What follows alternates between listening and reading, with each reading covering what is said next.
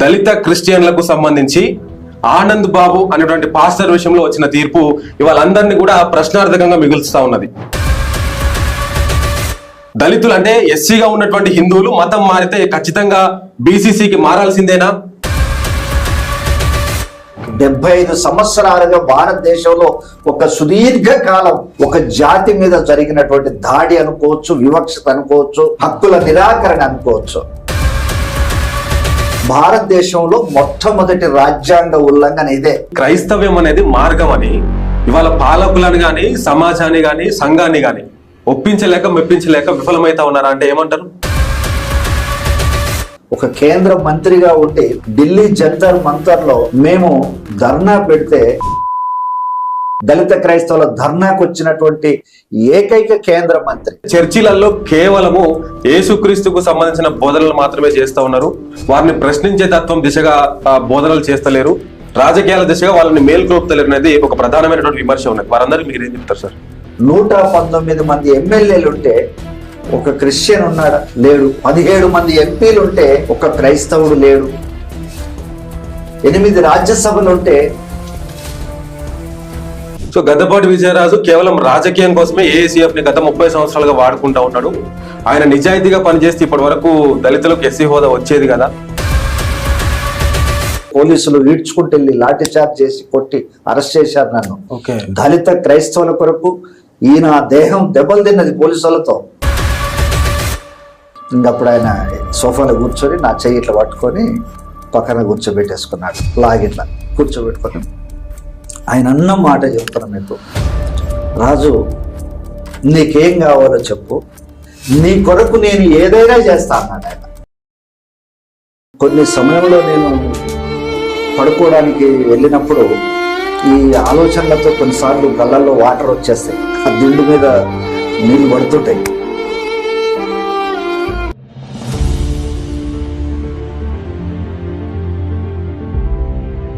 నమస్తే, welcome to Vishwam TV. నేను మీ journalist Uday. గత 2-3 రోజులుగా ఒక అంశం పైన చర్చ జరుగుతా ఉన్నది. సుప్రీంకోర్టు ఇచ్చినటువంటి తీర్పు ఏదైతే ఉన్నదో అది అన్ని వర్గాల్లో కూడా సర్వత్రా చర్చనీయాంశంగా మారింది. దళిత క్రిస్టియన్లకు సంబంధించి ఆనంద్ బాబు అనేటువంటి పాస్టర్ విషయంలో వచ్చిన తీర్పు ఇవాళ అందరినీ కూడా ప్రశ్నార్థకంగా మిగులుస్తా ఉన్నది. దళితులు అంటే ఎస్సీగా ఉన్నటువంటి హిందువులు మతం మారితే ఖచ్చితంగా బీసీసీకి మారాల్సిందేనా? చట్టాలు ఏం చెప్తా ఉన్నాయి దీని మీద? రాజ్యాంగం ఏం చెప్తా ఉన్నది? ఈ విషయాలన్నీ మాట్లాడడానికి మనతో పాటు ఆల్ ఇండియా క్రిస్టియన్ ఫెడరేషన్ జాతీయ అధ్యక్షులు, కేవలం అంటే వారిని ఎందుకు మనం పిలవడం జరిగిందంటే వారు కేవలం ఇదే కాజ్ మీద దళితులకు ఎస్సీ హోదాని అట్లానే ఉంచాలి, బీసీసీ తీసుకోవడానికి వాళ్ళు అర్హులు కాదు, చట్టం అట్లా చెప్పట్లేదని చెప్పేసి గత 30 సంవత్సరాలుగా ఈ కాజ్ మీదనే పనిచేస్తా ఉన్నారు గద్దపాటి విజయరాజు గారు. సో ప్రస్తుతం వారు మనతో ఉన్నారు. వారిని అడిగి ఈ విషయాలన్నిటి పట్ల ఇంకొంత సమగ్రమైనటువంటి సమాచారాన్ని మీకు అందించేటువంటి ప్రయత్నం చేస్తాను. సార్ నమస్తే. ఉదయ్ కుమార్ గారు నమస్కారం అండి. Jai Bhim. How are you sir? Jai Bhim. బాగున్నామండి, మీరు ఎలా ఉన్నారు? Fine. First of all thank you sir ఇంటర్వ్యూకి యాక్సెప్ట్ చేసినందుకు. సో మీకు కూడా ప్రత్యేకమైనటువంటి అభివందనాలు. మీ విశ్వం ఛానల్ కు ప్రత్యేకించి ఈ సామాజిక సమస్యను ముందుకు తీసుకెళ్లి ప్రజలకు ఒక చర్చ కొరకు ముందుకు తీసుకెళ్తున్నందుకు ప్రత్యేకించి విశ్వం టీవీ వారికి హృదయపూర్వకమైన ధన్యవాదాలు. మీరు చూస్తానే ఉన్నారు, గత 3-4 రోజులుగా ఒక అంశం పైన చర్చ జరుగుతా ఉన్నది. గుంటూరు జిల్లాకు సంబంధించి ఆనంద్ బాబు అనేటువంటి పాస్టర్ విషయంలో జరిగినటువంటి ఆ తీర్పు ఏదైతే ఉన్నదో ఇవాళందరినీ కూడా ప్రశ్నార్థకంగా మిగులుస్తా ఉన్నది. ఏం జరగబోతుంది అనేది, ఆ విషయం పట్ల మీ స్పందన ఏంటి సార్? ఫస్ట్ ఆఫ్ ఆల్ ఈ పాస్టర్ ఆనంద్ బాబు జరిగినటువంటి సంఘటన ఏదైతే ఉందో దీన్ని మనం 2 కోణాల్లో నుంచి పరిశీలించాల్సి వస్తుంది. అందరూ కూడా చాలా వరకు ఏం చేస్తున్నారంటే అదిగో పులి అంటే ఇదిగో తోకన్న చందంగా ఎన్నడూ లేనటువంటి రీతిలో ఒక అద్భుతమైనటువంటి అద్భుతాలే జరిగిపోయింది అని, సంచలనాలే జరిగిపోయినాయి అనేటువంటి విధానంలో పతాక శీర్షికల్లో చాలా వరకు రాయడం, చెప్పడం అవన్నీ కూడా మనం చూస్తూ ఉన్నాం. ఈ కేసును 2 రకాలుగా మనము పరిశీలించాల్సి వస్తుంది. మొట్టమొదట మనము కాన్స్టిట్యూషన్ ప్రకారం మనం తీసుకుందాం, ఎందుకంటే దాని ప్రకారమే సుప్రీంకోర్టు కూడా తీర్పిచ్చింది కాబట్టి ముందు మనం కాన్స్టిట్యూషన్ ప్రకారం మనము మాట్లాడుకుందాం. సో భారత రాజ్యాంగంలో 341వ ఆర్టికల్ షెడ్యూల్డ్ కులాలకు సంబంధించి కొన్ని ప్రత్యేకమైనటువంటి హక్కులు, రాయితీలు, అవకాశాలు కల్పిస్తుంది. ఎందుకొరకు ఇది కల్పిస్తుందంటే, వేల సంవత్సరాలుగా వివక్షతకు గురైనటువంటి అంటరాని జాతులు ఇవన్నీ. వేల సంవత్సరాలు, ఒకటి కాదు, రెండు కాదు, వేల సంవత్సరాలు మనుషులుగా కూడా కనీసం గుర్తింపుకు నోచుకోనటువంటి ఒక వివక్షను ఎదుర్కొన్నటువంటి ఈ సమాజానికి అంటరానితనం. మీకు భూ ప్రపంచంలో మీరు ఏ దేశంలోకైనా వెళ్ళండి, అంటరానితనం అనేటువంటిది లేదు. సాటి మనిషిని ముట్టుకుంటే, పట్టుకుంటే మైలబడతాము అనేటువంటి పరిస్థితి ప్రపంచంలో ఎక్కడ కూడా లేదు. ఓన్లీ భారతదేశంలోనే ఉంది. సో అంటే వివక్షతకు గురయ్యారు, అంటరానితనానికి గురయ్యారు కనుక ఈ వర్గాలకు ప్రత్యేకమైన అవకాశాలు, హక్కులు, రాయితీలు ఉండాలి. ఎందుకంటే మిగతా సమాజంతో పాటు వీళ్ళు కూడా ఎదగాలనేటువంటి ఒక సదుద్దేశంతో ఆ రోజు రాజ్యాంగ నిపుణులు, ప్రత్యేకించి బాబాసాహెబ్ డాక్టర్ బిఆర్ అంబేద్కర్ గారు, పెద్దలు వీళ్ళందరూ కూడా ఆలోచన చేసి ఒక సదుద్దేశంతో ప్రత్యేకమైనటువంటి అవకాశాలను కల్పించారు.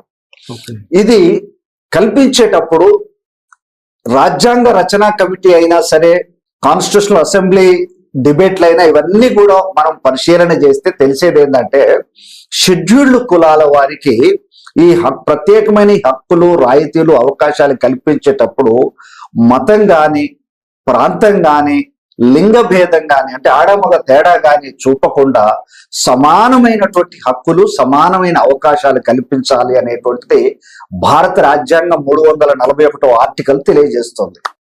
ఇది రాజ్యాంగం చెప్తున్నటువంటి విషయం. అయితే ఈ రాజ్యాంగము రాష్ట్రపతికి ఒక పని అప్పగించింది. ఈ కాన్స్టిట్యూషన్ ఏం పని అనంటే, భారతదేశంలోని వివిధ రాష్ట్రాలు, కేంద్ర పాలిత ప్రాంతాలు ఏవైతే ఉన్నావో వీటన్నిటిలో ఏ ఏ రాష్ట్రంలో షెడ్యూల్డ్ కులాల వారిని గుర్తించాలి, గవర్నర్ ద్వారా ఈ పని చేయాలి. ఇది రాష్ట్రపతి పని. అంటే ఫలానా రాష్ట్రంలో ఫలానా కులాలు ఉన్నవి. మహారాష్ట్ర అంటే షెడ్యూల్డ్ కులాలు ఏ ఏ కులాలతో ఉన్నారు.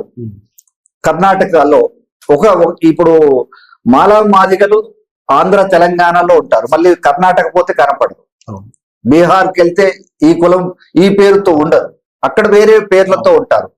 అట్లా దేశంలో ఏ రాష్ట్రాల్లో, కేంద్ర పాలిత ప్రాంతాల్లో ఏ పేర్లతో పిలువబడుతున్నారో ఆ యొక్క పట్టికను తయారు చేయాలి, లిస్టు తయారు చేయమని చెప్పేసి ఇండియన్ కాన్స్టిట్యూషన్ ప్రెసిడెంట్ ఆఫ్ ఇండియాకు ఒక పని అప్పగించింది 1950లో. రాష్ట్రపతి గారు ఏం చేశారంటే, అన్ని రాష్ట్రాల్లో నుంచి ఈ జాబితాను తెప్పించుకున్నారు. అండమాన్ లో ఈ పేరుతో పిలువబడుతున్నారు, పాండిచ్చేరిలో ఈ పేరుతో పిలువబడతా ఉన్నారు, లేకపోతే ఫలానా రాష్ట్రంలో ఈ పేరుతో పిలువబడుతున్నారని ఒక జాబితా అంతా తెప్పించుకున్నారు. తెప్పించుకొని రెండవ జాబితాలో రాష్ట్రాల పేర్లు, దాని కులాల పేర్లు తయారు చేశారు. అంతటితో ఆయన పని అయిపోయింది. కానీ దాన్ని దాటాడు ఆయన. ఆ హద్దులు ఏవైతే ఉన్నావో ఆ హద్దులు దాటాడు రాష్ట్రపతి. దాటి మూడవ పేరా ఒకటి పెట్టాడు అక్కడ. ఈ మూడవ పేరా ఏంటంటే, షెడ్యూల్డ్ కులాల వారు రాజ్యాంగం తమకిచ్చిన హక్కులు, అవకాశాలు, ప్రత్యేకమైన రాయితీలు పొందుకోవాలంటే తప్పనిసరిగా హిందూ మత విశ్వాసాలు అవలంబిస్తూ ఉండాలి అని ఆయన ఒక క్లాజ్ అందులో పెట్టాడు. ఇది జరిగినటువంటి విషయం. భారతదేశంలో మొట్టమొదటి రాజ్యాంగ ఉల్లంఘన ఇదే. రాజ్యాంగం ఏర్పడిన తర్వాత రాజ్యాంగాన్ని ఉల్లంఘించి ఒక చట్టం తెచ్చారంటే ఇదే మొదటి రాజ్యాంగ ఉల్లంఘన. ఇది వచ్చి 75 ఏళ్ళు అవుతుంది. ఆగస్టు 10, 1950వ సంవత్సరంలో వచ్చినటువంటి దాన్ని బట్టి ఇప్పటికి 75 సంవత్సరాలు అయిపోయింది. 75 సంవత్సరాలుగా భారతదేశంలో ఒక సుదీర్ఘ కాలం ఒక జాతి మీద జరిగినటువంటి దాడి అనుకోవచ్చు, వివక్షత అనుకోవచ్చు, హక్కుల నిరాకరణ అనుకోవచ్చు. 75 ఏళ్ళు అయ్యింది. ఈ కోణంలో మనం పరిశీలించినప్పుడు ఇక్కడ జరిగింది ఏంటంటే, షెడ్యూల్డ్ కులాల వారు హిందూ మతంలో ఉంటేనే ఎస్సీగా ఉండటానికి కల్పిస్తుంది. సో దాని ప్రకారం ఇక్కడ మనం ఆలోచన చేసినప్పుడు ఈ ఆనంద్ అనేటువంటి వ్యక్తి ఎవరైతే కేసు జరిగిందో ఆంధ్రప్రదేశ్ రాష్ట్రం గుంటూరు జిల్లాలో అతను ఒక పాస్టర్ గా ఉన్నాడు అనేది తెలుస్తున్నటువంటి విషయం. సో ఏదైతే రాష్ట్రపతి ఉత్తర్వు ఉన్నదో దాని ప్రకారము ఒక ఎస్సీ క్రైస్తవుడైనప్పుడు అతనికి ఎస్సీ స్టేటస్ అనేది ఉండదు. ఎందుకంటే అక్కడ ఆల్రెడీ ప్రెసిడెన్షియల్ ఆర్డర్ చెప్తుంది కాబట్టి. ఇప్పుడు సుప్రీం కోర్టు ఏం చేయాలి? ఇప్పుడు దాడి చేసినటువంటి వ్యక్తులు బాధితుడి విషయంలో వాళ్ళు చెప్పేది ఏంటంటే ఇతను మా మీద ఎస్సీ ఎస్టీ కేసు పెట్టాడు, కానీ అతను చర్చి పోతా ఉన్నాడు, పైగా పాస్టరు, మా మీద ఎస్సీ ఎస్టీ కేసు ఎట్లా పెడతాడు అని వాళ్ళు ప్రస్తావించింది ఏంటి? ఆగస్టు 10, 1950లో వచ్చినటువంటి రాష్ట్రపతి ఉత్తర్వుని వాళ్ళు ప్రస్తావిస్తున్నారు. దాన్ని ప్రస్తావించారు. కోర్టు ఏం తీర్పు ఇవ్వాలి? అంటే ఈ ఉన్న చట్టంని బేస్ చేసుకునే ఇవ్వాలి కదా వాళ్ళు. కాబట్టి వాళ్ళు ఏం చేశారు? అయ్యా రాష్ట్రపతి ఉత్తర్వు ఇలా చెప్తుంది కాబట్టి, ప్రెసిడెన్షియల్ ఆర్డర్ ఇలా ఉంది, ఆగస్టు 10, 1950లో వచ్చిన రాష్ట్రపతి ఉత్తర్వు ఇలా ఉంది కాబట్టి దాని ప్రకారమే తీర్పు ఏమి ఇచ్చారంటే ఎవరైనా సరే ఎస్సీలు క్రైస్తవులుగా మారితే చర్చికి వెళ్తే వాళ్లకు ఎస్సీ స్టేటస్ ఉండదని చెప్పారు. ఇందులో ఆశ్చర్యపోవాల్సింది ఏమీ లేదు, లేదంటే అద్భుతం కూడా ఏం కాదు. సుప్రీంకోర్టు ప్రత్యేకించి ఓ కొత్త చట్టాన్ని తీసుకురాలే, లేదంటే ఇట్లా చేయడానికి లేదు అని కూడా ఏం చెప్పట్లేదు. వాళ్ళు చెప్పింది ఏంటంటే రాష్ట్రపతి ఉత్తర్వు ఇలా ఉంది కాబట్టి దాని ప్రకారం జడ్జిమెంట్ ఇచ్చారు. ఇది జరిగినటువంటి విషయము. అంతేగాని ఇవాళ మొత్తం లోకమే మునిగిపోయింది అనేటువంటి పద్ధతుల్లో చాలా మంది దళిత క్రైస్తవులను భయభ్రాంతులకు గురి చేస్తూ ఉన్నారు. ఇక్కడ ఇంకొక ప్రశ్న సార్, కొంతమంది క్రిస్టియన్ అడ్వకేట్లు కూడా మాట్లాడుతూ మీరు ఇందాక అన్నారు కదా, సో రాష్ట్రపతి ఉత్తర్వులను బేస్ చేసుకుని మాత్రమే సుప్రీంకోర్టు తీర్పిచ్చిందని. ఒకవేళ రాష్ట్రపతి ఉత్తర్వులు చట్టంగా మారాలి అని అంటే పార్లమెంట్ లో దాని బిల్లు పాస్ కావాలి, సగానికంటే పైగా ఉన్నటువంటి సభ్యులు దాన్ని ఆమోదించిన తర్వాత అది ఒక చట్టంగా ఉంటుంది. ఆ చట్టాన్ని ఆధారంగా చేసుకుని మాత్రమే తీర్పు ఇవ్వాల్సి ఉంటుంది తప్ప, సో రాష్ట్రపతి ఉత్తర్వులను ఆధారంగా చేసుకుని ఎట్లా ఇస్తారు మీరు అనేటువంటి వాళ్ళకి మీకు సమాధానం ఏంటి సార్? అంటే ఇక్కడ ఒక విషయం ఏంటంటే భారతదేశంలో అత్యంత శక్తివంతమైనటువంటి వ్యక్తి అంటే ప్రెసిడెంట్ ఆఫ్ ఇండియానే. సో ఇది ఆయన నుంచి వచ్చినటువంటి ఆర్డర్, రాష్ట్రపతి కాబట్టి ఆయన నుంచి వచ్చినటువంటి ఆర్డర్. ఈ రాష్ట్రపతి ఉత్తర్వు వచ్చినప్పుడు అప్పటికి భారతదేశంలో ఎన్నికలు జరగలేదు. అప్పటికి ఈ చట్టం తెచ్చిన వాళ్ళు ఎలక్టెడ్ గవర్నమెంట్ కాదు, ప్రజల చేత ఎన్నుకోబడ్డటువంటి పాలకులు కాదు. వీళ్ళంతా అప్పుడు పెద్ద మనుషులు కూర్చొని మీరు ప్రధానమంత్రిగా ఉండండి, మీరు హోంమంత్రిగా ఉండండి, మీరు ఫలానా మంత్రిగా ఉండండి, మీరు రాష్ట్రపతిగా ఉండండి అని చెప్పేసేసి ఏదైతే ఈ పెద్ద మనుషులు అంతా కూర్చొని మాట్లాడుకొని బాధ్యతలు తీసుకున్న వాళ్ళే వీళ్ళు. ఒకటి అది. రెండోది, ఇదేం పార్లమెంట్ లో కూడా చర్చ జరగలేదు. ఇది పార్లమెంట్ పోయింది కాదు, ఇది ఈ రాష్ట్రపతి ఉత్తర్వు. సో కనుక వాస్తవానికి ఏంటంటే దీనిని కరెక్ట్ గా మనం ఫైట్ చేస్తే గెలుస్తాం. సో దాని కొరకనే మనం ఈ ప్రయత్నం చేస్తున్నాం. ఇది ఒక కోణంలో మనం చూడాలి. రెండవ కోణం ఏంటంటే మానవతా దృక్పథం, సామాజిక కోణం అనేది ఒకటి ఉంది. ఇప్పుడు మనం చట్టాల గురించి మాట్లాడుకున్నాము, చట్టం ఇలా చెప్తుంది కాబట్టి కోర్టు అదే చెప్తుంది. కానీ కోర్టు అయినా పాలకులైనా మనిషి అన్న వారు ఎవరైనా ఆలోచన చేయాల్సింది ఏంటంటే వేల సంవత్సరాలుగా అంటరానితనానికి గురై వివక్షతకు గురై ఈ రోజుకు కూడా ఒక వారం క్రితం కూడా ఒక దళిత క్రైస్తవుడు కోనసీమ అంబేద్కర్ జిల్లాలో చనిపోతే అక్కడి నుండి మా వీధుల్లో కూడా శవాన్ని తీసుకెళ్లే దాని కొరకు లేదంటే పొలం గట్ల మీద ఆ డెడ్ బాడీని మోసుకుంటూ ఆ గట్ల మీద చిన్న చిన్న అడుగులు వేసుకుంటూ కింద జారి పడితే శవం అంతా ఎగిరి పొలాలలో పడిపోతుంది. అట్లాంటి వారం కాలే ఇది జరిగి. మరి కోర్టు అయినా ఈ దేశ పాలకులైనా ఒక్కసారి ఆలోచన చేయాలి కదా. అరే క్రైస్తవులైనంత మాత్రాన మరి ఇప్పుడు క్రైస్తవులైనప్పుడు మా కాలనీ నుంచి వెళ్ళండి మీరు, అత్యున్నతమైనటువంటి వ్యక్తులు మీరు అని అడగాలి కదా. కానీ క్రైస్తవుడైనా దళితుడు దళితుడే, ఎస్సీ ఎస్సీనే. అతని మీద వివక్షత ఆగదు, దాడులు ఆగవు, అంటరానితనము ఆగదు, సామాజిక ఆర్థిక పరిస్థితులలో మార్పు ఉండదు. ఇది కోర్టు మానవతా దృక్పథం తీసుకోవాల్సి ఉండే. కానీ ఆ స్థాయిలో ఆలోచించగలిగినటువంటి వ్యక్తులు మన దేశంలో చాలా అరుదుగా ఉంటారు. ఓకే. దళితుల విషయంలో, అంటరాని జాతుల విషయంలో మానవత్వాన్ని చూపించే మనుషులు చాలా అరుదుగా ఉండే పరిస్థితుల్లోకి ఈ దేశం వెళ్ళిపోతుంది. ఒకప్పుడు ఉన్న పరిస్థితులలో లేదు ఇప్పుడు. సో వాళ్ళు అట్లా ఆలోచన చేసి, ఇప్పుడు కోర్టు చెప్పేది ఏంటంటే, మీకు ఉదయ్ కుమార్ గారు మీ విశ్వం టీవీ ద్వారా ఈ సమాజానికి కూడా నేను చేస్తున్న అప్పీల్ ఏంటంటే, కోర్టు ఏం చెప్తుంది, మీరున్నారు ఇప్పుడు, మీరు దళితులు క్రైస్తవులుగా మారారు. కోర్టు చట్టాలు చెప్పేది ఏంటంటే, క్రిస్టియానిటీ కులాన్ని బోధిస్తలేదు కాబట్టి మీకు ఎస్సీ స్టేటస్ వర్తించదని చెప్తున్నారు. ఓకే. ఓకే, ఇప్పుడు నేను మీకు ఎదురుపడ్డాను, లేదా మీ దగ్గరికి వచ్చాను. నేను హిందూ, మీరు క్రిస్టియన్. నేను హిందూ అగ్ర కులస్తులకు సంబంధించినటువంటి వ్యక్తిని.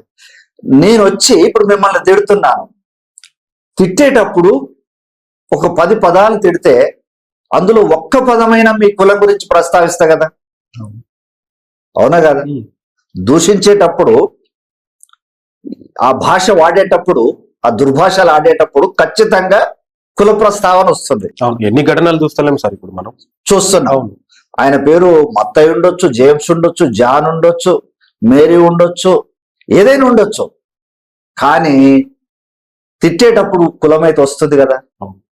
కోర్టు అయినా, ప్రజాప్రతినిధులైనా, పాలక వ్యవస్థలైనా సరే, అరే మీ మతాన్ని చూస్తుంది కానీ బాధితుడి మతాన్ని, మరి తిట్టినోడి మతం కులాన్ని బోధిస్తుంది కదా. అవును. ఇప్పుడు నేను తిట్టింది దేన్ని బేస్ చేసుకొని తిట్టాను? కులాన్ని బేస్ చేసుకుని తిట్టాను కదా. మరి మిమ్మల్ని చూస్తుంది కానీ నన్ను ఎందుకు చూస్తలేదు? అంటే మీరు నేరస్తుని చూస్తలేరు. ఎంత దుర్మార్గమైన వ్యవస్థ అంటే, అనంతపురం జిల్లాలో ఒక ఎస్సీ మహిళ అమ్మాయిని ఒక అగ్రకులస్తుడు అత్యాచారం చేశాడు, రేప్ చేశాడు.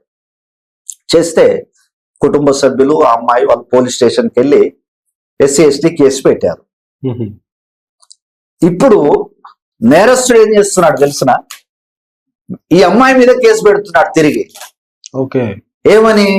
ఆమె నా మీద ఎస్సీ ఎస్టీ కేసు ఎట్ట పెడుతుంది, ఆమె చర్చికి పోతుంది కదా, ఆమె చర్చికి పోతుంది కాబట్టి ఆ కేసు కొట్టేయగలరు అని అంటారు.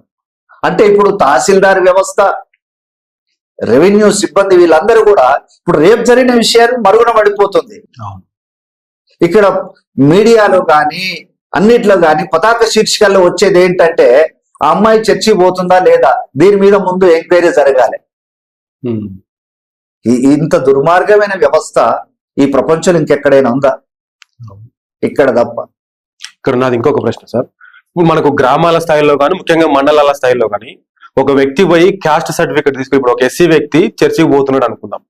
ఆయన క్యాస్ట్ సర్టిఫికేట్ తీసుకోవాలంటే వాళ్ళ నాన్న పేరు ఆధారంగానో, వాళ్ళ ఇంట్లో ఉన్నటువంటి దేవుడి ఫోటో ఆధారంగానో, అక్కడ ఉన్నటువంటి అధికారులు ఒత్తిడి చేసి, నువ్వు పలానా మతం వాడివి కాబట్టి నీకు పలానా సర్టిఫికేట్ ఇవ్వాలని చెప్పేసి ఒత్తిడి చేస్తా ఉన్నారు. సో ఇది ఎంతవరకు కరెక్ట్? ఇప్పుడు నేను క్రైస్తవుడిగా మారితే, నేను క్రైస్తవునిగా మారాను, నేను బ్యాప్టిజం తీసుకున్నాను, నాకు పలానా సర్టిఫికేట్ ఇవ్వడం అని చెప్పేసి నేను అప్లికేషన్ పెట్టుకుంటే కదా మీరు ఇచ్చేది. ఇప్పుడు నా స్వేచ్ఛను మీరు ఎట్లా హరిస్తారు? ఆర్టికల్ 15 కూడా అదే చెప్తా ఉన్నది మనకి. కుల వివక్ష పేరు మీద కానీ, మత వివక్ష పేరు మీద కానీ, సెక్స్ కు సంబంధించిన జెండర్ పేరు మీద కానీ మీరు ఒక వ్యక్తి మీద వివక్ష చూపించకూడదు అంటున్నది. మరి ఇక్కడ ఉన్నటువంటి అధికారులేమో మీరు ఖచ్చితంగా ఆ సర్టిఫికేట్ తీసుకోవాల్సిందని చెప్పేసి ఒత్తిడి చేస్తా ఉన్నారు. దీని మీద మీకున్న సమాచారం sir? Babasaheb doctor BR Ambedkar గారు రాజ్యాంగాన్ని చాలా చక్కగా వేశారు, ఆ మహానుభావుడు. నిజంగా ఈ రోజు ఇంత మాత్రం ఈ సమాజం, భారతదేశం ఉందంటే ఆయనకు రాజ్యాంగం రాసే అవకాశం ఆయనకు రావడమే. లేదంటే ఎప్పుడో ఇబ్బందులు పడే వాళ్ళం అందరం. ఇక్కడ రెవెన్యూ సిబ్బంది దళితుల మీద ఈ రాష్ట్రపతి ఉత్తర్వును ఆధారం చేసుకొని అధికమైనటువంటి ఒత్తిళ్లు కల్పిస్తున్నారు. అంటే వీళ్ళ మీద కొంతమంది ప్రభావం ఉంటుంది. ఈ రెవెన్యూ సిబ్బంది కూడా ఒక అధికారుల్లాగా ఆలోచించే పరిస్థితి లేదు. వాళ్ళ మీద కూడా కొంత ఒత్తిళ్లు ఉంటున్నాయి, ప్రభావం ఉంటుంది.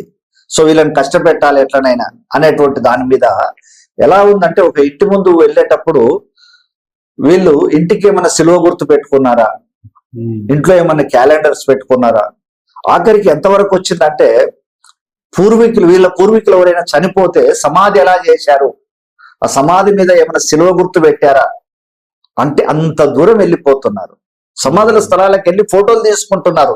అక్కడ వాళ్ళు నేమ్ అవన్నీ రాస్తారు కదా, సర్నేమ్ అవన్నీ ఉంటాయి, అవన్నీ తీస్తున్నారు. ఇంత దుర్మార్గమైనటువంటి వ్యవస్థ చివరికి ఎట్లా అయిపోతుందంటే, ఈ రెవెన్యూ సిబ్బంది ఒత్తిళ్లు, నేను ఇప్పుడు ఒక వ్యక్తి వెళ్ళిపోయి మాకు సర్టిఫికేట్ కావాలయ్యా, నేను ఫలానా కులమే, మా నాయనకు కూడా సర్టిఫికేట్ ఉంది, మా తాతకు సర్టిఫికేట్ ఉంది అని ఇన్ని చూపిస్తే కూడా నువ్వు భవిష్యత్తులో మతం మారవనే గ్యారెంటీ ఏంటి? ఇంత దుర్మార్గమైన వ్యవస్థ. నాకు మెయిల్ వచ్చింది మొన్న, ఒక అతను మెయిల్ పెట్టాడు, నిజామాబాద్ జిల్లా అనుకుంటాను. రెవెన్యూ సిబ్బంది ఎంఆర్ఓ ఆఫీస్ లో అప్లై చేశాను, భవిష్యత్తులో నువ్వు మతం మారవని గ్యారెంటీ ఏందని అడుగుతున్నారంట వాళ్ళు. అంటే ఎంత రెవెన్యూ సిబ్బందిని ప్రభుత్వాలు కట్టడి చేయలేకపోతున్నాయి. ఎందుకంటే ఈ వర్గాల మీద ప్రభుత్వాలకైనా ఎవరికైనా సానుభూతి ఉండడం లేదు. దళితులను అణచడానికి, దళితుల మీద వివక్షత చూపించడానికి ఇది కూడా ఒక ఉపయోగకరం అవుతుంది. వాళ్లకు ఒక 10 రీజన్లు 100 రీజన్లు పెట్టుకొని వేధింపులకు గురి చేయాలనుకుంటే అందులో ఇది కూడా ఒకటి యాడ్ చేసుకుంటున్నారు. ఇంకో ప్రశ్న, మీరు ఇందాక స్టార్టింగ్ లో మాట్లాడుతూ, ఇప్పుడు రాష్ట్రపతి ఉత్తర్వుల ప్రకారము ఎస్సీగా ఉన్నటువంటి వాళ్ళు హిందూగా ఉంటే మాత్రమే అవన్నీ కూడా వర్తిస్తాయి వాళ్ళకి, ఇక వేరే మతంలో అంటే క్రైస్తవ మతంలోకి మారితే వర్తించవు అన్నారు. సో ఇదే దళితుడు సిక్కు మతంలోకి మారితే కూడా తన స్టేటస్ మారట్లేదు. ఇదే దళితుడు బౌద్ధ మతాన్ని స్వీకరిస్తే కూడా తన స్టేటస్ మారతలేదు. కానీ ఇదే దళితుడు క్రైస్తవ్యాన్ని తీసుకుంటే మాత్రము తన స్టేటస్ మారిపోతా ఉన్నది. ఎందుకు ఈ వివక్ష అంటే ఏం చెప్తారు? మొట్టమొదట 1950లో వచ్చినటువంటి రాష్ట్రపతి ఉత్తర్వు ఎస్సీ హోదాను కేవలం హిందూ మతానికే పరిమితం చేశారు. అప్పుడు బాబాసాహెబ్ అంబేద్కర్ గారు బౌద్ధ మతం తీసుకున్నాడు. బాబాసాహెబ్ అంబేద్కర్ గారు ఆయనతో పాటు బౌద్ధ మతం తీసుకున్న అందరికి కూడా ఎస్సీ స్టేటస్ పోయింది. సాక్షాత్తు ఎవరైతే రాజ్యాంగాన్ని రాశారో ఆ రాజ్యాంగం రాసిన మహానుభావుడికే అక్కడ కులం తొలగిపోయింది. నిజమా సార్? ఎందుకు?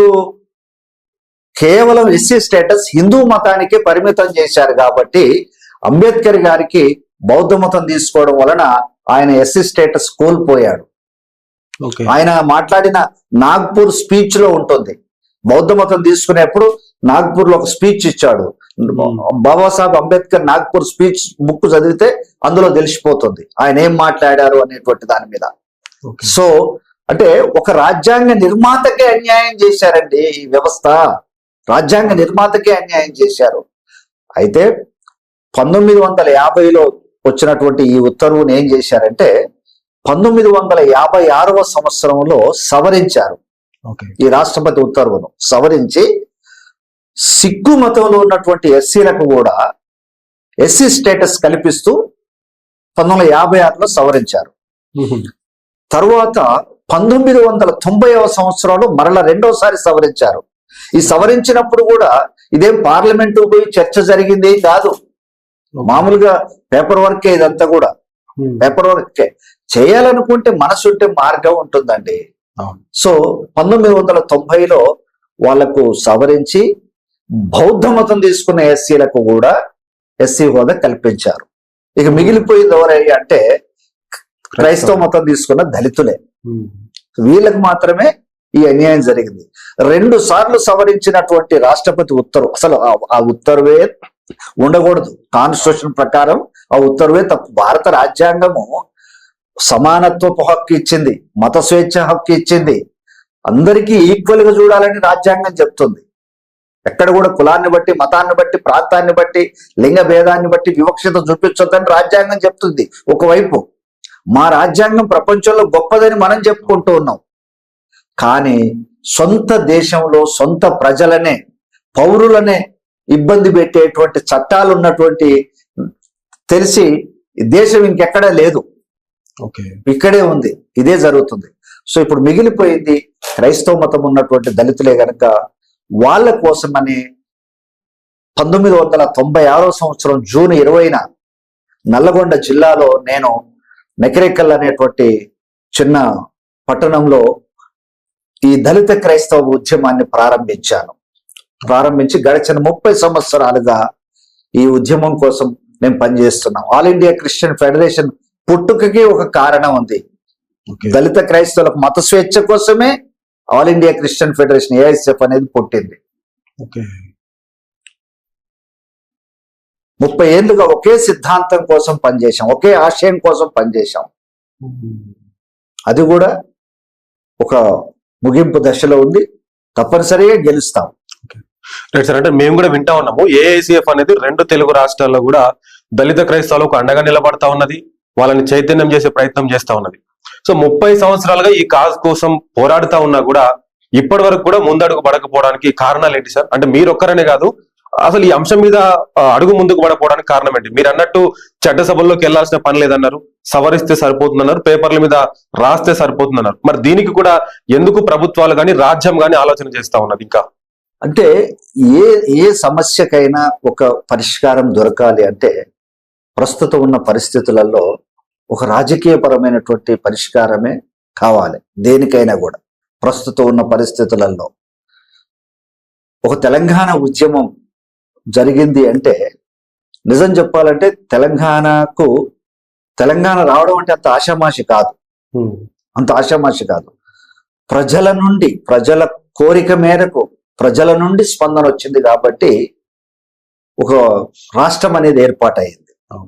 ఒక చైతన్యవంతమైనటువంటి జనంగా తెలంగాణ ప్రజలు చరిత్ర సృష్టించారు, అది మనం గమనించుకోవచ్చు.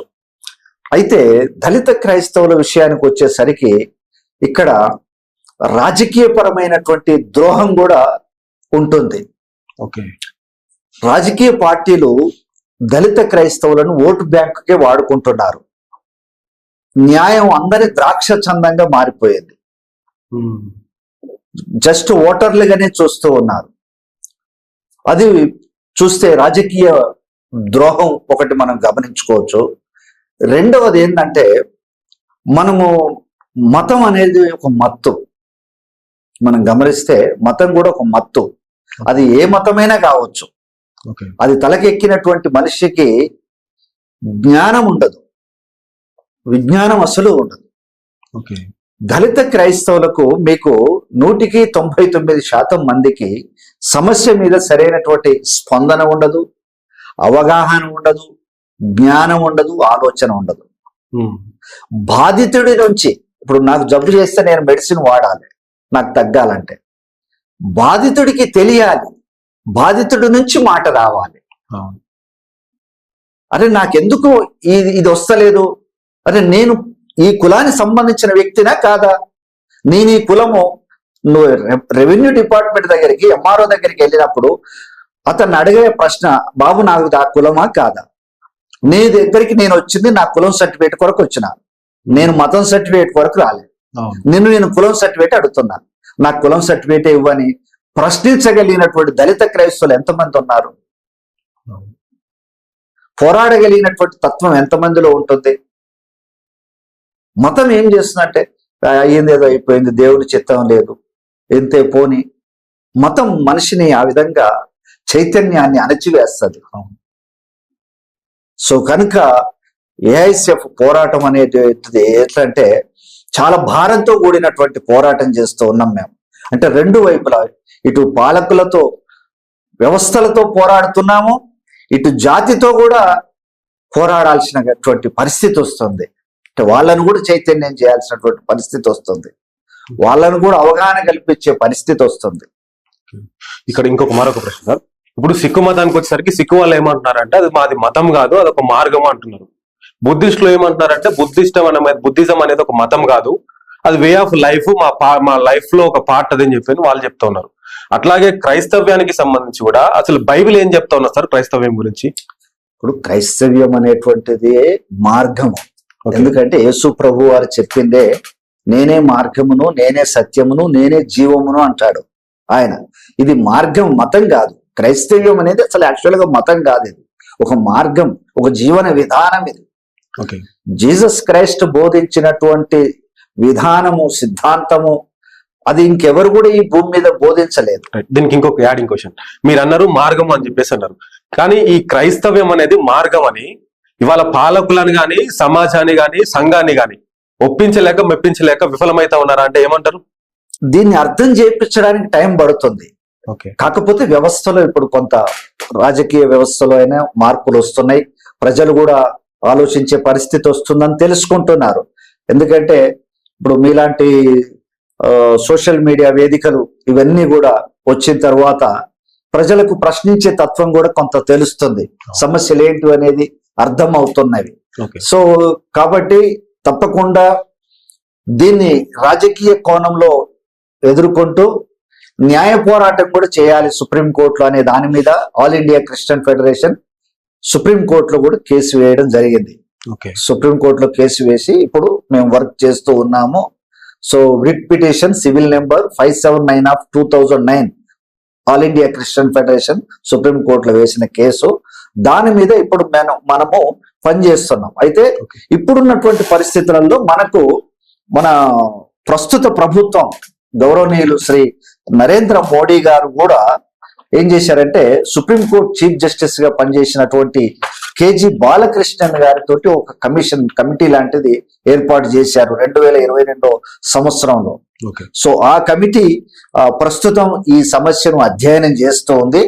ఆ కమిటీకి ఇప్పుడు వచ్చే ఏప్రిల్ 10వ తారీఖు వరకు టైం ఉంది.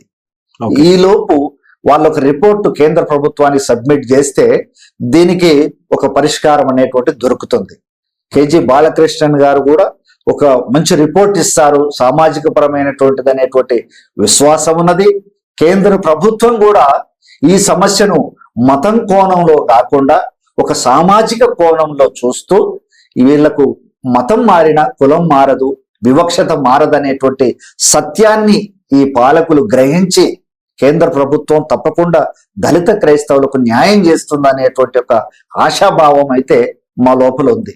Okay, right sir. ఇంకొకసారి ఏఐసిఎఫ్ గురించి మాట్లాడదాం. ఈ సమస్యలన్నీ అట్లనే ఉంటాయి. సో అంటే మీ గురించి ఒకటి చెప్పాలంటే నేను పర్సనల్ గా చెప్పాలి, మీతో నాకు ఫోటో దిగాలనిపించింది. ఎప్పుడంటే మీరు ఎక్కడ కొత్తపేటలో ఒక దగ్గర సెమీ క్రిస్మస్ ప్రోగ్రామ్ పెట్టుంటారు. ఆ సభకు సమావేశానికి జైపాల్ రెడ్డి లాంటి అగ్రనేతలు వచ్చిండ్రు, ఆస్కార్ ఫెర్నాండెజ్ లాంటి గొప్ప గొప్ప నాయకులు వచ్చిండ్రు. సో మీరు ఎక్కడ సభ మిమ్మల్ని నేను గమనిస్తా ఉన్నాను, ఎక్కడ సభ పెట్టినా ఎక్కడ సమావేశం పెట్టినా మీ నినాదం అక్కడ ఒకటే ఉంటున్నది. వాళ్ళకి చెప్పేది చెప్తూనే చివరిగా దళిత క్రైస్తవులకు మీరు ఎస్సీ హోదా కల్పించాలని చెప్పేసి అవకాశం ఉన్న ప్రతి చోట కూడా మీరు మాట్లాడుతూనే వస్తా ఉన్నారు. సో అప్పుడు అనుకునేవాడిని ఇంత గొప్ప నేతలను పిలుస్తా ఉన్నాడు, ఎవరైనా కలవాలి ఒకసారి అని చెప్పేసి అనుకునేవాడిని. ఏంటి సార్ ఈ పేపర్లన్నీ ఏంటి, ఏఐసిఎఫ్ అసలు ఏం పని చేస్తా ఉన్నది ఇప్పటి వరకు అంటే ఏం చెప్తారు? ఏఐసిఎఫ్ నినాదము లక్ష్యము ఒకటే, దళిత క్రైస్తవులకు ఎస్సీ హోదా సాధించాలి. మీరు నిద్రలో లేపి అడిగినా కూడా మా నినాదం అదే. దానికోసమే మేము పనిచేస్తూ ఉన్నాం. ఎందుకంటే వాయిస్లెస్ పీపుల్ అండి దళిత క్రైస్తవులు, అమాయకులు. వాళ్ళకు ఈ సామాజిక పరమైన విషయాలు తెలియదు, వాళ్ళకి పోరాటాల గురించి తెలియదు. కాసింత ప్రార్థన చేసుకొని తమకు కలిగిన దాంట్లో నుంచి భోజనం వండుకొని తిని శుభ్రంగా ఉండేటువంటి వ్యక్తులే తప్ప ఒకరు జోలికి పోయే వాళ్ళు కాదు, ఒకరికి ఇబ్బంది పెట్టేటువంటి వాళ్ళు కానే కాదు. అమాయకమైనటువంటి వాళ్ళు నా దళిత క్రైస్తవులు. సో వాళ్ళ తరపున నేను మాట్లాడాలని, నాకు దేవుడే ఈ పని అప్పగించాడని నేను నమ్మాను. ఈ పని, ఈ ఆలోచన నాకు వచ్చింది కాదు, ఇది నాకు దేవుడు ఇచ్చాడు అని నేను నమ్మాను.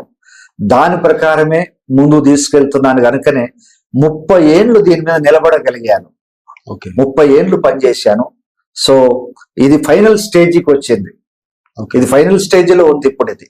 సో సుప్రీంకోర్టులో తప్పనిసరిగా ఇది గెలుస్తామనేటువంటి ఒక అత్యంత విశ్వాసంతో ఉన్నాను. మీరు పెద్దలు జైపాల్ రెడ్డి గారి పేరు చెప్పారు. ఆ మహనీయుడు ఇప్పుడు మన మధ్యలో లేడు, కానీ నిజంగా జైపాల్ రెడ్డి గారికి ఈ సందర్భంగా ఆల్ ఇండియా క్రిస్టియన్ ఫెడరేషన్ నుంచి నివాళులు అర్పిస్తూ ఉన్నాము. ఆయన దళిత క్రైస్తవుల కాజ్ కొరకు ఆల్ ఇండియా క్రిస్టియన్ ఫెడరేషన్ తరపున నిలబడినటువంటి ఒక గొప్ప మహానాయకుడు. దళిత క్రైస్తవులకు ఎస్సీ హోదా కావాలని ఆకాంక్షించాడు ఆయన. ఒక కేంద్ర మంత్రిగా ఉండి ఢిల్లీ జంతర్ మంతర్లో మేము ధర్నా పెడితే కేంద్ర మంత్రి అయి ఉండి కూడా దళిత క్రైస్తవుల ధర్నాకు వచ్చినటువంటి ఏకైక కేంద్ర మంత్రి. తాను ప్రభుత్వంలో ఉండి, ఆయన ప్రభుత్వంలో ఒక కీలకమైన మంత్రి అయి ఉండి కూడా ఆయన ధర్నాకు వచ్చాడు. ఎందుకంటే ఇది మానవత్వంతో ఆలోచించాల్సిన సమస్య అని చెప్పినటువంటి గొప్ప మనసున్న నాయకుడు జైపాల్ రెడ్డి గారు. నిజంగా దళిత క్రైస్తవం వారికి ఎంతో రుణపడి ఉన్నాము. వారిని గుర్తు చేసినందుకు మీకు చాలా ధన్యవాదాలు. అంటే నేను అదే అంటున్నాను సార్, ఇప్పుడు అది జరిగి కూడా ఇప్పుడు వారు మీకు సపోర్ట్ గా గత 10-15 సంవత్సరాల క్రితం నుంచే ఉంటా ఉన్నారు. సో ఆయన అధికారంలో ఉన్నాడు, ఆయన కేంద్ర మంత్రిగా ఉన్నాడు, అప్పుడు కూడా మీకు సపోర్ట్ ఇచ్చిండ్రు ఏఐసిఎఫ్ కి. కానీ ఆ సమయంలో ఎందుకు ముందడుగు పడలేదు? అప్పుడే చేస్తే బాగుంటుండనేమో కదా అని చెప్పేసి ఒక ప్రశ్న సార్. అంటే ఇది జైపాల్ రెడ్డి గారు ఒక్కరు తీసుకునే నిర్ణయం కాదు కదా, ఇది వ్యవస్థ తీసుకోవాల్సినటువంటి నిర్ణయము. రాజకీయంగా కొన్ని లోటుపాట్లు ఆటుపోట్లు ఉంటున్నాయి. దాన్ని జయించాలంటే ప్రజా చైతన్యమే రావాలి. దళిత క్రైస్తవులు ప్రశ్నించగలిగినటువంటి స్థాయికి ఎదగాలి. ఎప్పుడైతే ఒక నాయకుడు తమ దగ్గరికి వచ్చినప్పుడు, ఓ చర్చికి ఒక నాయకుడు వచ్చినప్పుడు దళిత క్రైస్తవులకు ఏ సమస్య ఉందో చెప్పగలిగేటువంటి వాతావరణం రావాలి దళిత క్రైస్తవుల్లో. ఇవాళ అది లేకపోవడం వల్లనే కోర్టులు ఇలాంటి తీర్పులు ఇస్తున్నాయి. కోర్టులకు ఆ ధైర్యం ఎక్కడి నుంచి వచ్చింది? రెవెన్యూ సిబ్బందికి ఇప్పుడు ఆ ధైర్యం ఎక్కడి నుంచి వచ్చింది? మొన్న ఈ రీసెంట్ గా అండి ఇక్కడే హైదరాబాద్ లో ముషిరాబాద్ ఏరియాలో ఒక అమ్మాయి హోమ్ అఫైర్స్ లో జాబ్ చేస్తుంది. ఆమె ఇంటికి సడన్లీ రెవెన్యూ వాళ్ళు వచ్చేసేసి మీరు మతం మారని అడిగారు. అంటే వీళ్ళు లేదండి అని చెప్పారు. అంటే వాళ్ళు అంటే భయపడతారు కదా సహజంగా, అధికారులు అలా వచ్చినప్పుడు భయపడతారు ఎవరికైనా. వీళ్ళకి ఎందుకంటే పెద్ద స్థాయి సపోర్ట్ ఉన్నటువంటి వ్యవస్థ కాదు దళిత క్రైస్తవులకు, పొలిటికల్ సపోర్ట్ లేదు. సో కాబట్టి భయపడతారు. వచ్చి వాళ్ళు ఇంట్లో అన్ని వెతుకుతూ బట్టలుంటే బీరువాలు కూడా తీసి ఆ బట్టల కింద వెతికితే బైబుల్ దొరికింది. అక్కడి దాకా ఎలా వెళ్ళగలుగుతున్నారు వాళ్ళు? అది ఎంతవరకు కరెక్ట్ సార్? అట్లా ఒక వ్యక్తి ఇంట్లోకి వెళ్ళాలంటే ఓ తీవ్రవాదుల ఇళ్లలో మారణాయుధాల కొరకు సెర్చ్ చేసినట్టుగా, ఎన్ఐఏ వాళ్ళు సెర్చ్ చేసినట్టుగా దళిత క్రైస్తవుల ఇళ్లలో ఇట్లా సెర్చ్ చేస్తారా? అంటే ఎక్కడి నుంచి వస్తుంది ఈ ధైర్యం పాలకులకైనా అధికారులకైనా ఈ వ్యవస్థలకైనా? అంటే చైతన్య లోపం, ప్రశ్నించే తత్వం దళిత క్రైస్తవుల్లో రావాలి. ఎప్పుడైతే దళిత క్రైస్తవులు ప్రశ్నించగలుగుతారో అప్పుడు ఈ వ్యవస్థలన్నీ భయపడతవి, దారికొస్తాయి. ఆ ప్రయత్నమే చేస్తున్నాం మేము. ఇప్పుడు తెలంగాణలో ప్రతి జిల్లాలో నాయకత్వానికి సంబంధించి లీడర్షిప్ డెవలప్మెంట్ ట్రైనింగ్ ఇస్తున్నాం దళిత క్రైస్తవులకు. వాళ్ళలో నుంచే నాయకత్వం రావాలి. ఇప్పుడు చూడండి, తెలంగాణలో 119 మంది ఎమ్మెల్యేలు ఉంటే ఒక క్రిస్టియన్ ఉన్నాడా? లేడు. 17 మంది ఎంపీలు ఉంటే ఒక క్రైస్తవుడు లేడు. 40 మంది ఎమ్మెల్సీలు ఉంటే ఒక క్రైస్తవుడు లేడు. 8 రాజ్యసభలు ఉంటే ఒక దళిత క్రైస్తవుడు లేడు. సో ఇట్లాంటి పరిస్థితి ఉంది. ఏ రాజకీయ పార్టీ అయినా ఇది అది అని కాదు, అన్ని రాజకీయ పార్టీలలో దళిత క్రైస్తవులకు చోటు లేదు, అవకాశాలు లేవు. నాయకత్వం లేకుండా ఎక్కడ మన సమస్యలు పరిష్కారం అవుతాయి? ఆ పాలనా వ్యవస్థలో దళిత క్రైస్తవులకు ఏ పార్టీ కూడా అవకాశం కల్పిస్తలే, జస్ట్ ఓటు కొరకు వాడుకుంటున్నారు. అందుకే రాజకీయ చైతన్యం దిశగా నా జాతిని నేను తీసుకెళ్లాలనేటువంటి ఉద్దేశంతో ముందుకు సాగుతూ ఉన్నాను. అంటే అంబేద్కర్ గారు కూడా political power is the master key అన్నారు సార్. మీరు చేస్తున్న ఉద్యమం కూడా చాలా గొప్పది. కానీ క్రైస్తవుల మీద ఇంకొక ఆరోపణ ఉన్నది. ఏంటి అనంటే, ఇప్పుడు ఒక రాజకీయ పార్టీ ఒక క్రైస్తవుడికి టికెట్ ఇవ్వాలి అని అంటే ఆయన దగ్గర ఉన్న గుణగణాలను, ఆయన దగ్గర ఉన్నటువంటి చాకచక్యాలను, ఆయన దగ్గర ఉన్నటువంటి మాటను చూస్తారు. సో ఆయన ఆ విధంగా మాట్లాడాలి, రాజకీయంగా ఎదగాలి అని అంటే, సో ఇప్పుడున్నటువంటి విమర్శ ఏంటి అని అంటే, చర్చిలలో కేవలము యేసుక్రీస్తుకు సంబంధించిన బోధనలు మాత్రమే చేస్తూ ఉన్నారు. వారిని ప్రశ్నించే తత్వం దిశగా బోధనలు చేస్తలేరు. ఎక్కడ గొడవ జరిగినా, ఎక్కడ ధర్నా జరిగినా ఒక చెంప కొడితే రెండో చెంప మీరు చూపించండి అనే ధోరణిలోనే వాళ్ళని ట్రైన్ చేస్తున్నారు తప్ప, సో ఇప్పుడు మీరు అన్నట్లుగా ఎక్కడ కూడా మేజర్ ఆఫ్ చర్చెస్ లో సో వాళ్ళని ఉద్యమం దిశగా, ప్రశ్నించే దిశగా, రాజకీయాల దిశగా వాళ్ళని మేల్కొల్పుతలేరు అనేది ఒక ప్రధానమైనటువంటి విమర్శ ఉన్నది. వారందరికీ మీరు ఏం చెప్తారు సార్? ఇప్పుడు క్రైస్తవ్యం అనేటువంటిది జీసస్ బోధించింది శాంతి సమాధానం. మహాత్మా గాంధీ భారతదేశ స్వతంత్రం కొరకు ఎక్కడ కర్ర బట్టలే కత్తి బట్టలేదు. ఆయన శాంతియుతంగానే పోరాటం చేశాడు. ఓకే. బైబిల్ను తూచా తప్పకుండా ఇండియాలో పాటించిన వ్యక్తి ఎవరైనా ఉన్నారంటే మహాత్మా గాంధీనే. ఓకే. జీసస్ ను ఫాలో అయినటువంటి వ్యక్తి. జీసస్ బోధించిన శాంతినే తీసుకున్నాడు ఆయన. ఓకే. దాని వల్లనే ఆయన అనేక మందికి ఆదర్శప్రాయుడయ్యాడు మహాత్మా గాంధీ. సో అట్లా క్రైస్తవులు కూడా శాంతియుతంగా సమాధానంగా, అది మన సిద్ధాంతం మీద నిర్మాణం అయినటువంటిది క్రైస్తవ్యం. శాంతి సమాధానాలు దాని మీద నిర్మాణమైనది. అది పాటిస్తూ హక్కులు అడగడం తప్పు కాదు, ప్రశ్నించడం తప్పు కాదు ఎప్పుడు కూడా. సో ఇక్కడ చర్చి ఇప్పుడు మారాల్సినటువంటి అవసరం ఎంతో ఉంది. చర్చి మారాలి అంటే సామాజిక అంశాలను కూడా బోధించగలిగినటువంటి పరిస్థితి రావాలి. ముఖ్యంగా నేడు చర్చిల్లో దళిత క్రైస్తవుల యొక్క నాయకత్వం తగ్గిపోతుంది, వాళ్ళ ప్రాధాన్యత తగ్గిపోతుంది. రాను రాను దళిత క్రైస్తవులకే ఈ చర్చిలో అవకాశాలు ఉంటాయా లేవా అనే పరిస్థితుల్లోకి వెళ్ళిపోతున్నాం మనం. అట్లా పరిస్థితి వచ్చేస్తుంది. ఒకప్పుడు వీళ్ళే క్రైస్తవులు అంటే మానమాది వాళ్ళయ్యా అనే పరిస్థితి ఉండే. అట్లాంటి పరిస్థితుల్లో నుంచి ఇప్పుడు వీళ్ళను చెంతగా పక్క నాయకత్వంలో అక్కడ తప్పిచ్చేసేస్తూ మరి ఎవరెవరో అవకాశాల కొరకు చూస్తున్నాం. అది కూడా కొద్దిగా బాధాకరమైనటువంటి. అంటే ముఖ్యంగా దళిత క్రైస్తవులకు సంబంధించి ఈ వివక్ష జరుగుతున్నది. ఇప్పుడు ఓసీలోకి సంబంధించి ఓసీ క్రైస్తవులు రాజకీయంగా బలంగానే ఉన్నారు. బీసీలోని కొంతమంది క్రైస్తవ్యంగా చెప్పుకునే వాళ్ళు కొంత బలంగానే ఉన్నారు. చివరికి దళిత క్రైస్తవుల విషయానికి వచ్చేసరికి వీళ్ళు అనగదొక్కబడుతున్నారా లేదంటే వాళ్ళు ప్రశ్నించడానికి భయపడతా ఉన్నారా అర్థం కావట్లేదు. ఇవాళ క్రైస్తవ సమాజంలో అగ్రశ్రేణిలో ఉన్నటువంటి వ్యక్తులందరూ కూడా నాన్ దళితే. దళితులందరూ కూడా మీకు ఇంకా పాస్టర్లు భుజాన సంచేసుకొని తిరుగుతున్నటువంటి పరిస్థితులలోనే ఉన్నారు. ఇవాళ ఎవరైతే ఆడి కార్లు, బెంజ్ కార్లు, బిఎండబ్ల్యూలు వాడుతూ ఉన్నారో వాళ్ళందరూ కూడా దళితేతరులే. దళితులు అక్కడ ఉన్న హిందూ మతంలో ఉన్న అదే దుస్థితిలో ఉన్నారు, ఇక్కడికి వచ్చినా అదే దుస్థితిలో ఉన్నారు. సామాజిక ఆర్థిక మార్పు ఏమీ కూడా లేదు. నాయకత్వాన్ని ఎప్పుడో మన పూర్వీకులు ముందే పెంపొందింపజేసుకొని దళిత నాయకత్వాన్ని క్రిస్టియానిటీలో పెంచాల్సి ఉండే, కానీ పెంచలేదు. పెంచకపోవడం వలన చర్చిలలో దళితేతరులు ప్రవేశించేశారు. ఇవాళ చర్చిలన్నీ వారి కబంధ హస్తాల్లోకి చేరిపోయినాయి. దళిత క్రైస్తవులు కేవలం ఏదో వెనక కూర్చొని ప్రార్థనలు లేని పాటలు పాడి ఉండే పరిస్థితికి వెళ్ళిపోయారు వాళ్ళు. సో ఇలాంటి పరిస్థితి ఇది చాలా రాబోయే రోజుల్లో చాలా ఇబ్బంది అవుతుంది. ఎందుకంటే క్రైస్తవ్యము ఒక బలమైనటువంటి పునాది కలిగి ఉండాలంటే ఆ బలమైనటువంటి పునాదుల కింద ఎవరి రక్త మాంసాలు ఉన్నాయంటే దళితులవే ఉన్నవి. ఓకే. మరి వాళ్ళ ఆ పునాదుల మీద ఇప్పుడు వచ్చి ఎవరో అద్దాల మేడలు, రంగుల గోడలు నిర్మాణం చేసుకుంటూ ఉన్నారు. సో దళిత క్రైస్తవులు ఆలోచన చేయాలి. ఇప్పుడు మనం ఇంకా ఏ స్టేజ్లో ఉన్నాం, అక్కడి నుంచి ఇక్కడికి వచ్చి మార్పేమీ లేకపోతే ప్రయోజనం ఏంది?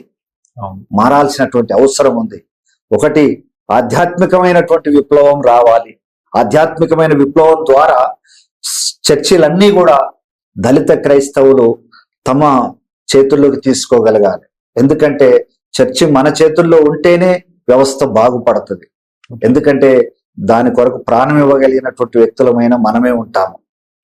సో అట్లాగే క్రైస్తవులు, దళిత క్రైస్తవులు ఎవరైతే ఉన్నారో సామాజిక పరమైన నాయకత్వంలో కూడా ఉండగలగాలి.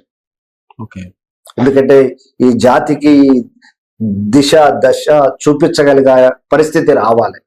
అట్లాగే ఒక రాజకీయ విప్లవంలో కూడా క్రైస్తవులు ఉండగలగాలి. ఎందుకంటే చట్టసభల్లో మీరు అన్నారు, బాబాసాహెబ్ అంబేద్కర్ గారి చెప్పినటువంటి మాటను మీరు చెప్పారు. చట్టసభల్లో అవకాశాలను చేజార్చుకుంటే భవిష్యత్తుకే అది నష్టం చేసినటువంటి వ్యక్తులం అవుతాం. సో కనుక ఒక ఆధ్యాత్మికమైన విప్లవం, సామాజికమైన విప్లవం, ఈ రాజకీయ విప్లవం, అంతేకాదు నాలుగోది ఏంటంటే ఆర్థిక విప్లవం కూడా రావాలి. అంటే బైబిల్ను సరి అయినటువంటి కోణంలో అర్థం చేసుకోవాలి. ఆర్థికంగా ఎదగలేకపోతున్నారు వీళ్ళు. ఇప్పుడు ఈ మాటలన్నీ విన్నటువంటి క్రైస్తవులు మీ మీద దాడి చేస్తారేమో, క్రైస్తవ్యాన్ని తప్పుదో పట్టిస్తున్నారు అంటారేమో. ఇప్పుడు వాళ్ళ కోసం 30 ఏళ్ళు పనిచేశాను నేను. ఓకే. ఇప్పుడు ఒకరోజు వాళ్ళు దళిత క్రైస్తవులు అనే పదం తీసుకొచ్చినందుకు వాళ్ళు ఎంతో బాధపడ్డారు ఆ రోజుల్లోనే. ఓకే. సో కాబట్టి విమర్శకు నేను భయపడేవాడిని కాదు, ప్రశంసకు ఉప్పొంగిపోయేవాడిని కూడా కాదు.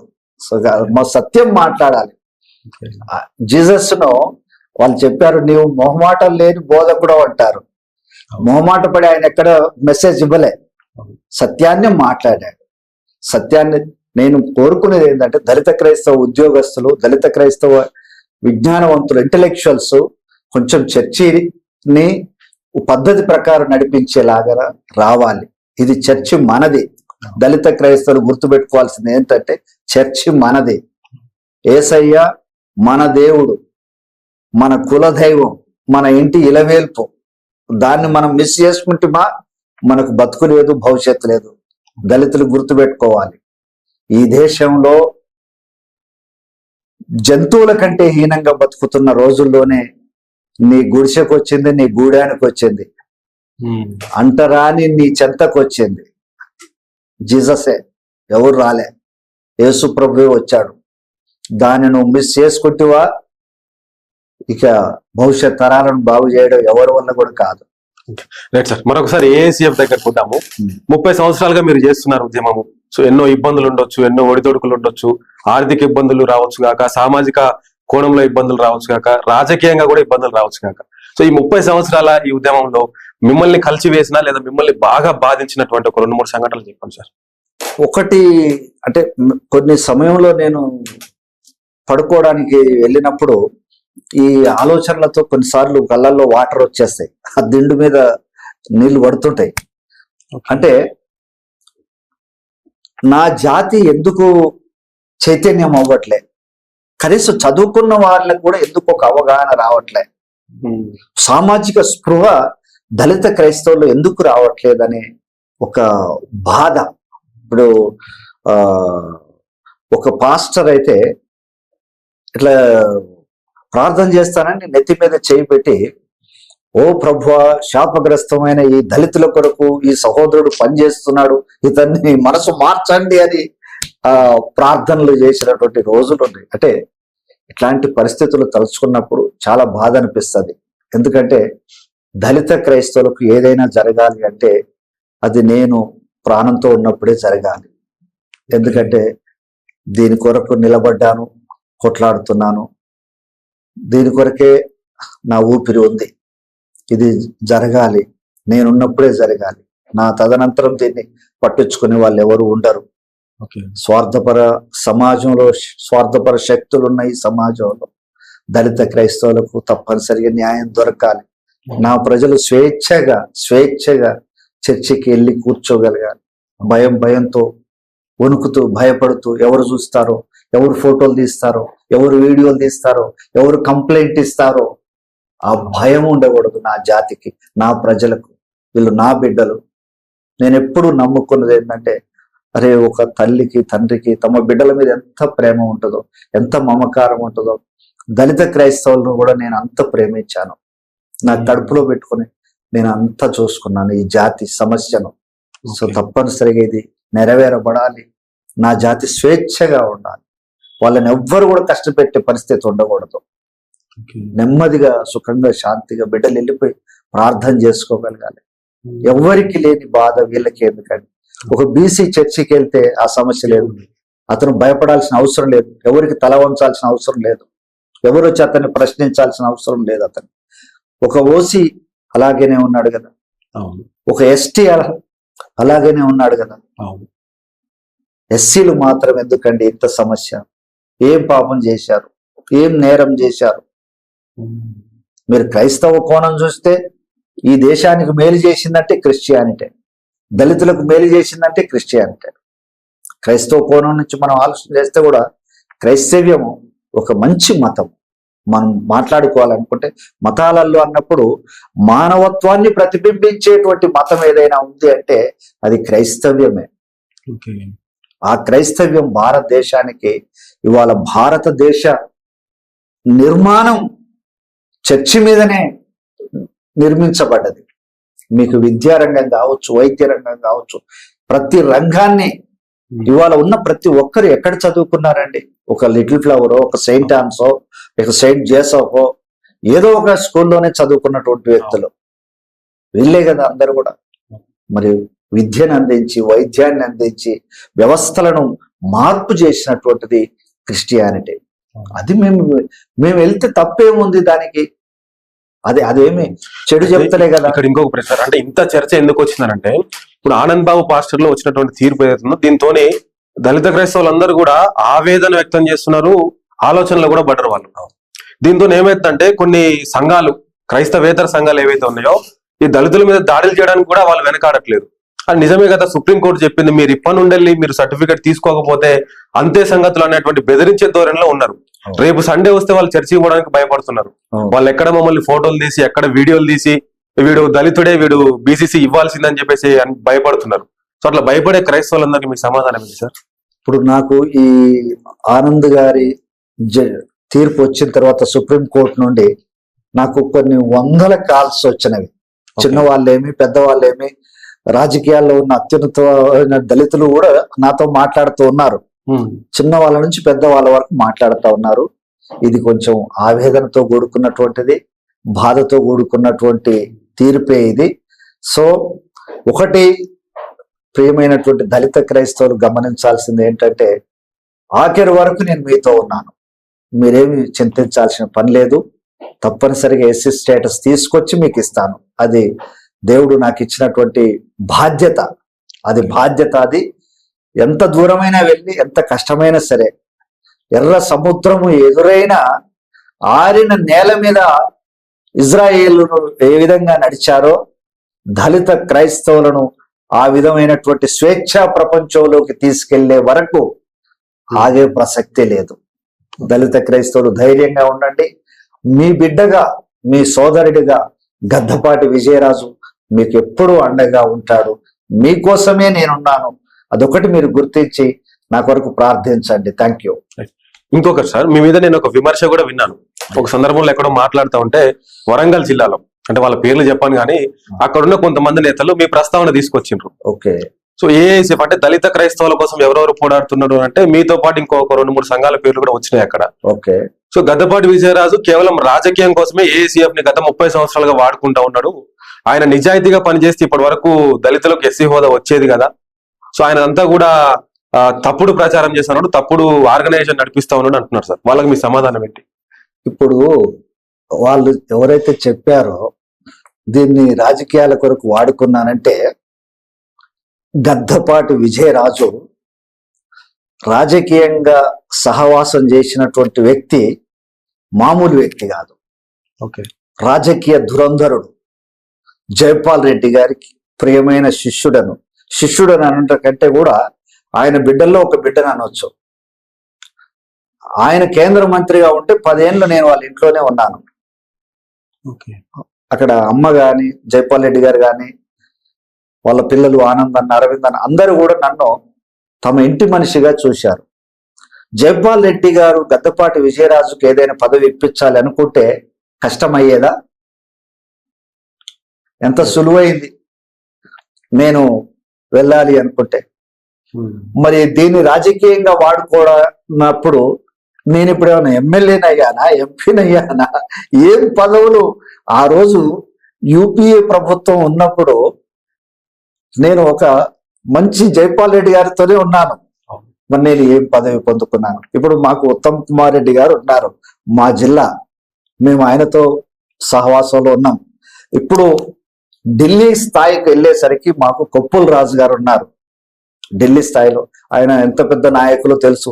రాహుల్ గాంధీ గారికి పర్సనల్ అడ్వైజర్ ఆయన. మరి అలాంటి వ్యక్తులతో ఉన్నాం. మరి నేను ఇప్పుడు ఏం పదవులు పొందుకున్నాను, ఏం లాభం పొందాను, ఏం కోట్లు గారికి వేసుకున్నాను? సో కాబట్టి దళిత క్రైస్తవుల సమస్య అంటే ఆషామాషిది కాదు. ఇది ఒక చిన్న పాల కొండ లాంటిది. నిండుగా పాలు పోసి పట్టుకొని ఇక్కడి నుంచి 1 కిలోమీటర్ నడవాలి అంటే ఎంతో జాగ్రత్తగా నడవాలి. చాలా కేర్ఫుల్ గా నడుస్తూ దీన్ని ముందు తీసుకొని వస్తున్నటువంటి పరిస్థితి. సో ఎప్పుడు కూడా దీనికోసం ఆలోచన చేయలేదు. అట్లా ఆలోచించి ఉండుంటే నేను కూడా ఈ రాష్ట్రంలో ఒక మాజీ మంత్రిని అయి ఉండేవాడిని. అట్లా అర్థమైందా? సో అట్లా ఎప్పుడు కూడా లేదు. దాని కొరకు ఎన్నడూ ఆలోచన చేయలే. అట్లాంటి ఇంకా మీరు అడిగారు కాబట్టి చెప్తున్నాను. ఉదయ్ కుమార్ గారు, చాలా సంతోషం మీరు ఆ మాట అడగడం కూడా. I'm very happy. ఢిల్లీలో పెద్ద ఆయన జైపాల్ రెడ్డి గారు ఉన్నారు. ఎవరు లేరు, నేనే ఉన్నాను ఇంట్లో వెళ్ళాను. ఆయన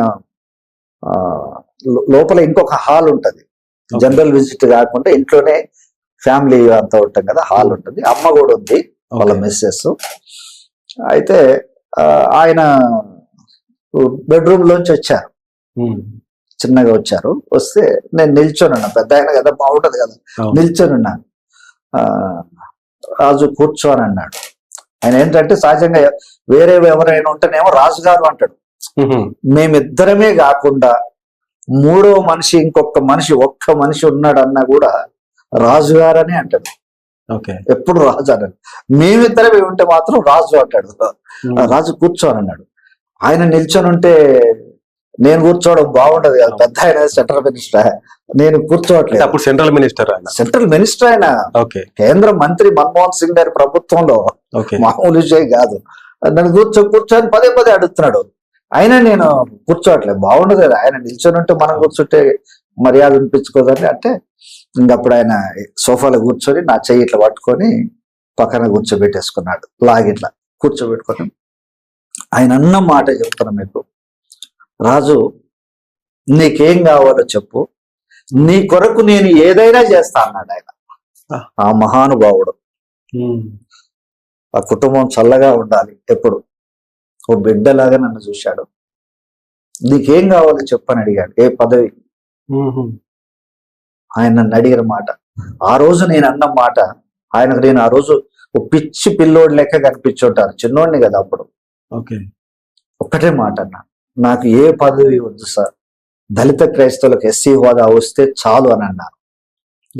నాకు ఉన్న ఆ కమిట్మెంట్ చూసే ఆయన, అరే ఈ పిల్లోడు ఎంత కమిట్మెంట్ తో ఉన్నాడన్న ఉద్దేశంతోనే, నా మీద ప్రేమతోనే ఢిల్లీ జంతర్ మంతర్ లో ధర్నా జరుగుతుంటే ఒక సెంట్రల్ మినిస్టర్ వచ్చి ఆడ కూర్చున్నాడంటే నాట్ ఏ జోక్. నాకున్న ఆ కమిట్మెంట్ అట్లాంటిది. ఆయన ఇచ్చిన స్టేట్మెంట్ కూడా ఎల్బీ నగర్ వైట్ హౌస్ లో జరిగినప్పుడు నా గురించి మాట్లాడాడు ఆయన. సో అవన్నీ కూడా పాత వీడియోలు చూస్తే తెలుస్తుంది నా కమిట్మెంట్ ఎట్లా ఉంటుంది అనేది ఆయన దగ్గర. సో ఎన్నడూ కూడా ఢిల్లీ పురవీధుల్లో పోలీసులు ఈడ్చుకుంటూ వెళ్ళి లాఠీ చార్జ్ చేసి కొట్టి అరెస్ట్ చేశారు నన్ను చలో పార్లమెంట్ టైంలో. దళిత క్రైస్తవుల కొరకు ఈయన దేహం దెబ్బలు తిన్నది పోలీసులతో, లాఠీ దెబ్బలు తిన్నాను చలో పార్లమెంటు ఢిల్లీలో మనం పెట్టినటువంటి మీటింగులు ఇంకా ఎవరి వల్ల కూడా కాదు, ఎవరి తరం కూడా కాదు. Delhi arch bishop, Catholic bishops conference of India bishop గారే చెప్పారు, ఇక మీరు తప్ప ఎవరు చేయలేరంటే ఢిల్లీలో ఇట్లాంటి మీటింగ్స్ అన్నారు దళిత క్రైస్తవుల కొరకు. అట్లాంటి మీటింగ్స్ చేశాము. అయితే చాలా మంది దళిత క్రైస్తవుల కొరకు పెద్దలు జైపాల్ రెడ్డి గారు అయితేనేమి, ఉత్తమ్ కుమార్ రెడ్డి గారు అయితేనేమి, పెద్దలు డాక్టర్ కేవీపీ రామచంద్రరావు గారు, నిజంగా దళిత క్రైస్తవ ఉద్యమానికి అంటే ఆల్ ఇండియా క్రిస్టియన్ ఫెడరేషన్ చేస్తున్న పోరాటానికి డాక్టర్ కేవీపీ రామచంద్రరావు గారి సహకారం కూడా మర్చిపోలేనిది. ఆయన కూడా చాలా దళిత క్రైస్తవులకు ఎస్సీ స్టేటస్ కావాలని ఎంతో ఆశించేటువంటి వ్యక్తి ఉత్తమ్ కుమార్ రెడ్డి గారు. అయితే ఇప్పుడు ఢిల్లీ స్థాయిలో ఈ ఉద్యమానికి ఒక కొండంత అండగా ఉండి నిజంగా కొప్పుల రాజు గారు, ఆయన సహకారం నిజంగా మర్చిపోలేంది. ఆయన దీన్ని సక్సెస్ అవ్వాలని మాకు, అంటే వీళ్ళంతా పెద్దవాళ్ళు ఏంటంటే ఒక మోరల్ సపోర్ట్. అరే అబ్బాయి పని చేస్తా ఉన్నాడు, అరే ఒక నిజాయితీగా తిరుగుతున్నాడు, చేస్తున్నాడు అనే దాని మీద వీళ్ళందరూ కూడా మనకు సపోర్ట్ గా ఉన్నారు. అట్లా రైట్ సార్. ఇంకా అంటే తెలుగులో ఒక సామెత ఉన్నది, ఇంట గెలిచి రచ్చగలవండి అని చెప్పేసి ఉన్నది. ఇవాళ మీరు రెండు రాష్ట్రాలతో పాటు ఢిల్లీ వ్యాప్తంగా, ఢిల్లీ కేంద్రంగా ఎంత ఉద్యమం నడిపినా, ఎంత చేసినా కూడా, సో అంటే ఏఏసీఎఫ్ అనేటువంటి ఇంట్లో మీకు ఆ సపోర్ట్ ఉంటేనే మీరు ఆ బయట వరకు వెళ్ళగలుగుతారు. సో ఏఐసిఎఫ్ అనేటువంటి ఇల్లు, ఈ కమిటీ సభ్యులు కానీ, మీకు పరిచయం ఉన్నటువంటి లేదా మీ సంస్థకు సహకరించేటువంటి వీళ్ళందరూ కూడా మీకు ఎట్లాంటి సపోర్ట్ ఇస్తా ఉన్నారు? సో వాళ్ళకు మీరు ఏం చెప్పాలనుకుంటారు ఆ కమిటీ వాళ్ళందరికీ కూడా? ఆల్ ఇండియా క్రిస్టియన్ ఫెడరేషన్ అనేటువంటిది 1996లో స్థాపించి ఇప్పుడు జూన్ 20 వస్తే 30 ఏళ్ళు అవుతుంది. ఓకే. ఈ 30 ఏళ్లలో నిజంగా అంటే నేను ఒక 20 ఏండ్ల పిల్లోని ఉద్యమాన్ని ప్రారంభించాను. 20 ఏండ్ల పిల్లోని ప్రారంభించాను అంటే నూనూగు మీసాలోని. కానీ సమస్యమో జాతీయ సమస్య, జాతి సమస్య. ఇది జాతీయ సమస్య. ఢిల్లీలో తేలే సమస్యకు ఎక్కడో నల్గొండ జిల్లాలో పుట్టిన పిల్లోని స్టార్ట్ చేశాను. అయితే ఏఐసిఎఫ్ లో ఉన్న వాళ్ళందరూ కూడా నాకంటే పెద్దోళ్ళే వయసులో. ఓకే. ఆర్థికంగా కావచ్చు, వయసు పరంగా కావచ్చు, అన్ని రకాలుగా వాళ్ళు పెద్దవాళ్ళే. కానీ ఎప్పుడు కూడా వాళ్ళు నా మాటను తీసివేయలేదు. నన్ను గౌరవించి, నా ఆలోచనలను గౌరవించి, నేను చేస్తున్న ఈ పనిని గౌరవించి వెన్నంటి ఉన్నారు. మీరు నిజంగా మీ ద్వారా ఏఐసిఎఫ్ టీం అందరికీ కూడా హృదయపూర్వకమైనటువంటి అభివందనాలు తెలియజేస్తున్నా, ఉద్యమాభివందనాలు నా శిరస్సు వంచి.